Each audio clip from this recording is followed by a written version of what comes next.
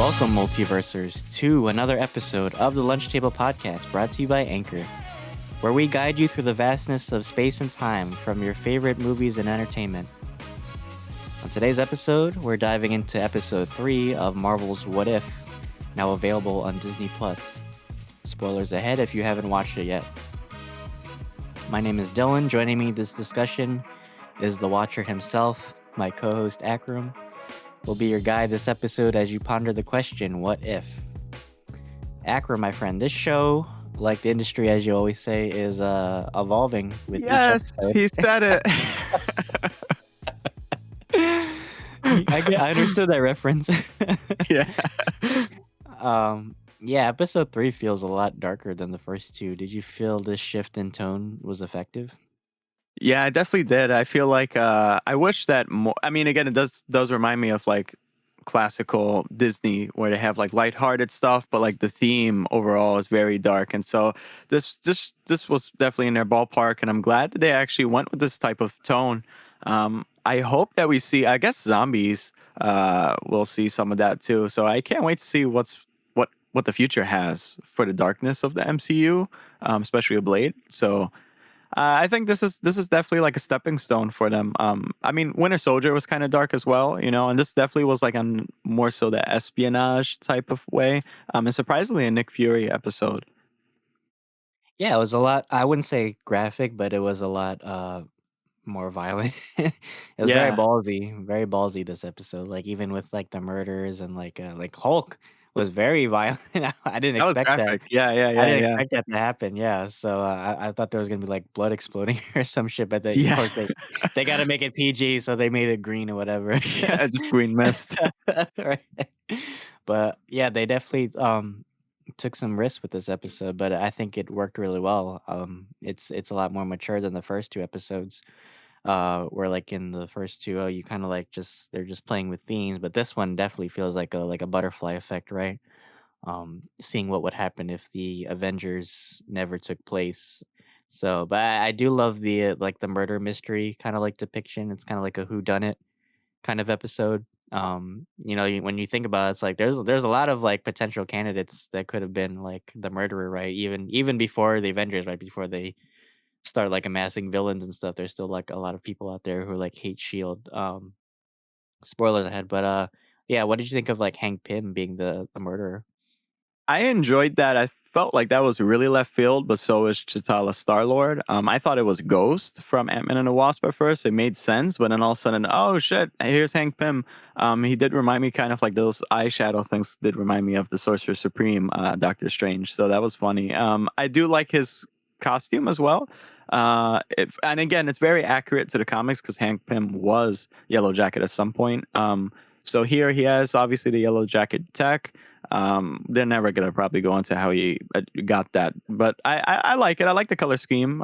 I think it's good. It gets the point across too as Yellow Jacket because those things on his shoulders were like hanging high, just like the original concept. But I wish that he also had like the symbol of the wasp too. Like I wish they went with that. That would be really neat. But yeah, I liked it. I really liked it. I was surprised by like who died. I believe Hope, right? So Hope died apparently. So that was a shocker. So he lost everything, right? And so I mean, they changed his character, but it matched. It blended really well because he's just so destroyed by the fact that he thought that nobody remembers Hope or respects her Oh enough wait, to like didn't actually. wasn't Yeah. Joyce already born at that time? Oh, I'm sorry. I said Hope. No, no, Hope was the one that died, but I'm saying wasn't Joyce his daughter? Was I was gonna say that no by accident. No, wait. Janet Van Dyne is his wife, right? And so Hope is the daughter, that right? Joyce? Wait, Yeah, you got me confused. I was like, hold yeah, on, what? hold up. Hope. I It's was Hope like, Van Dyne. it's Yeah. always been Hope. Yeah. No, Hope died.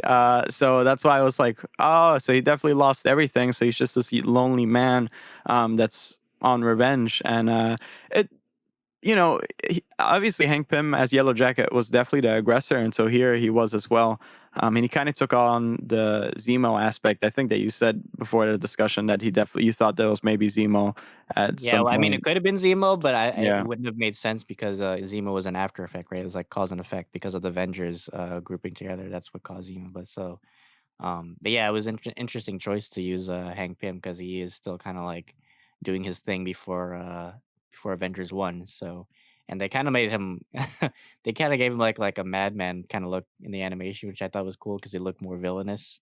yeah, And it's scary to think about, like, his powers too, like, if they were used for, like, evil and shit, like, he could get away with so much shit, right? Because he's just, like, so talented, absolutely. like, that's why, like, I was wondering, how did, Hulk, like, die and shit? I was like, "Oh, shit." Like, and then it made sense because he's on a microscopic scale, so Yeah, yeah, yeah. At first, I thought it was like a Batman got involved or something because he knew everyone's weaknesses. right. I mean, and then that just goes to show like that's definitely like it's so nice. What if it's really refreshing because you definitely could see how characters can develop in different ways, right? And how dangerous they are, right? So should they be kept? Like, here's the thing too: the Sokovian Accords were they right? Because look what happened with Hank Pym, right? He was this beloved hero within Shield, and then all of a sudden his downfall was displayed here. So definitely pondered the question, what if for that? Should the Sokovian Accords definitely like remain? You know what I mean? It definitely begs the question. Yeah, definitely, and then it was cool, it was like a re like you said, it's refreshing because it's cool to see, like, all the Phase 1 Marvel movies, like, brought together, right? It's cool to see, Ross and, his daughter, right, from Hulk, Yeah, yeah, yeah. I wonder if and that's Phil Liv Tyler. Coulson. Yes. I love Phil Coulson, seeing him again. Brings back a lot of memories of Agents of Shield. That's like I loved Agents of Shield. I watched it through the end, and it's kind of not I wouldn't say bittersweet, such as Chadwick's last portrayal of T'Challa, but it definitely it makes me feel good. You know what I mean? Just to see him again. I love his character. I don't know if they'll ever use him again after this, right? Because who knows? You know what I mean? Maybe this is just the last time we'll see him. I don't know. So it definitely makes me feel like, oh man, I feel kind of bad now.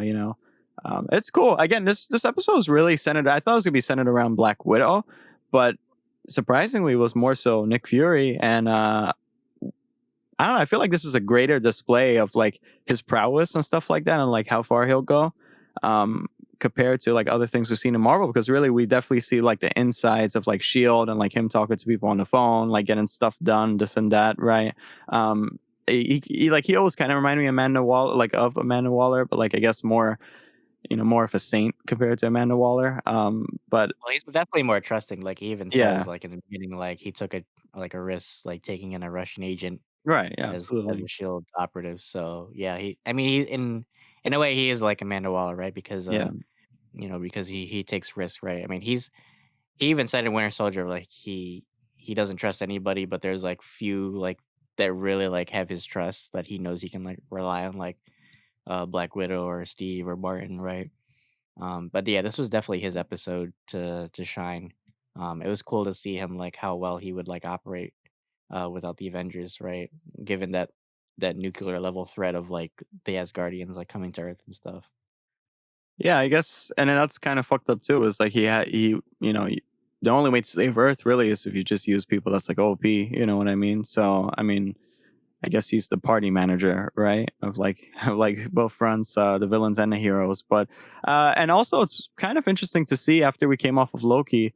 It's interesting to see Loki here as like the Avengers, so like himself from the Avengers, right? And he's still, uh, evil that we know him to be. But also he changes too. You know what I mean? Like obviously he got something going on, right? He just wants to dominate everyone. But we actually get to see how that looks, right? And it's way more peaceful than I thought that we know of in the public eye. So I wonder where they could go with that.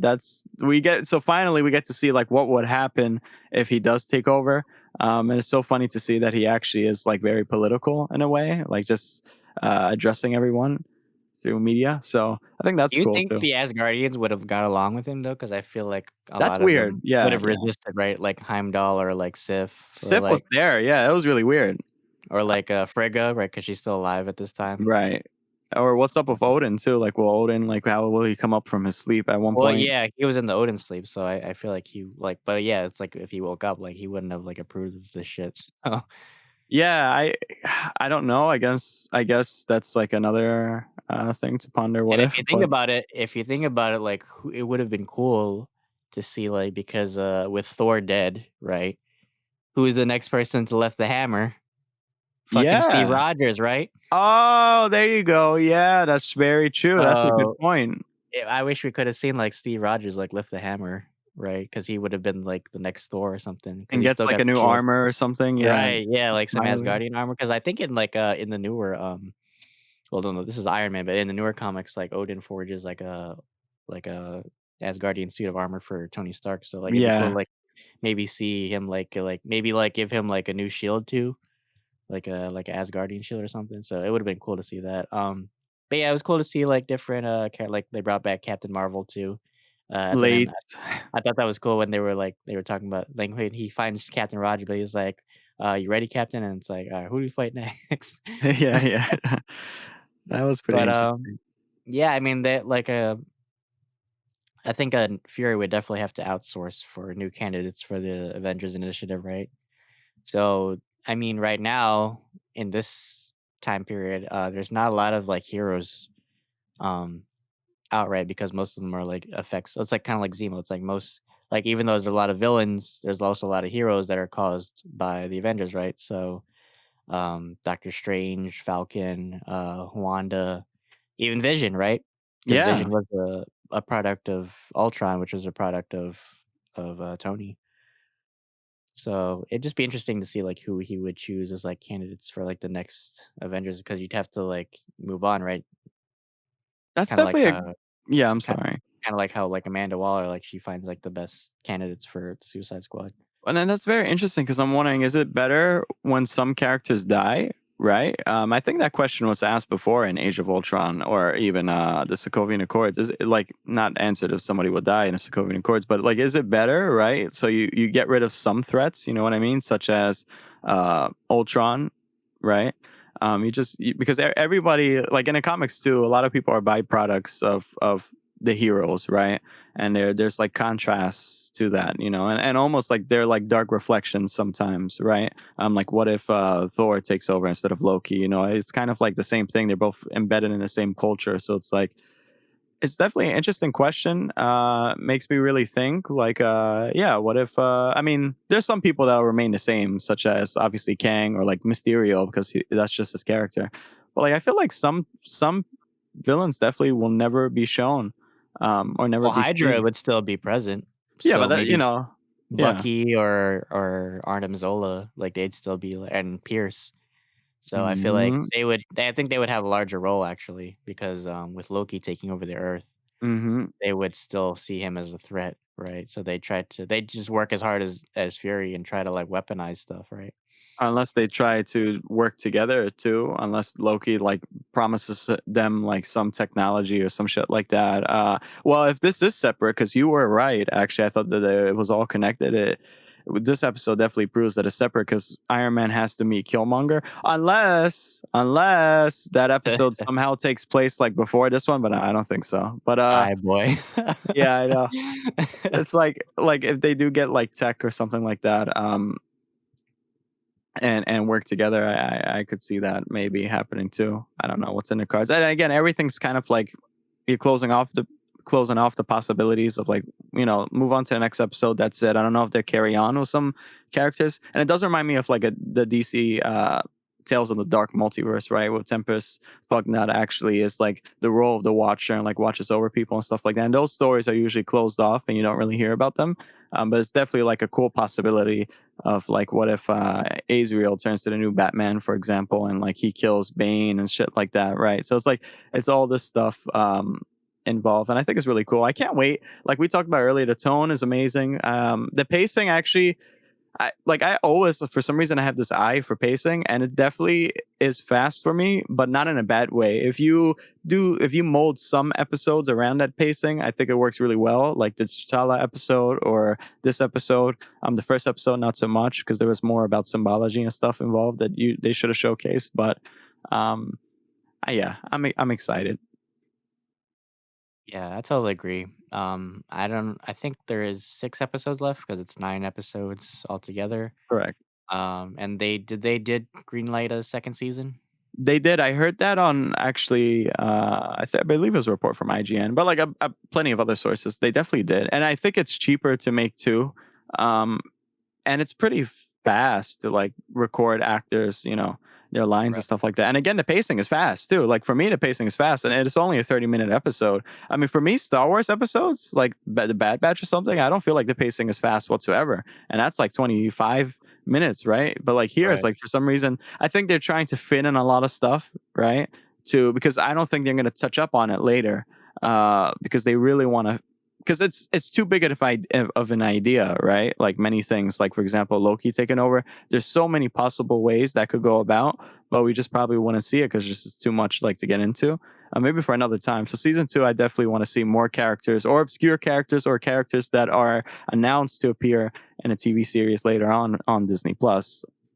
Yeah, there's definitely, like, a lot of possibilities for season 2. Like you said, like, we could get, like, part 2s or part 3s of episodes now, like, just continuing, like, stories that they've told already, or, like you said, like, we could just see, like, more, characters, like, because we have a lot more content coming out with Shang-Chi and, the new Spider-Man and, Kamala Khan, so we'll definitely probably get more of those characters potentially with the 2nd season.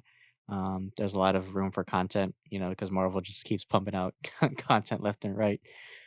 So, I'm definitely excited for what the future of Disney Plus is gonna hold Absolutely, my friend. because 'cause they're hitting it out of the ballpark right now with Star Wars and Disney and Good quality stuff. everything. Yeah. Yeah. Did you have any more points before we wrap up, or No, that's it. That's honestly that's upon the question, what if I had more right. stuff? But yeah, no, that's it. I love the episode. This episode is probably one of my favorites as well. Definitely. I did like it a lot. Well, guys, that about wraps up our discussion for today. Thank you for all our listeners for tuning in and supporting our channel. We appreciate your patronage as always.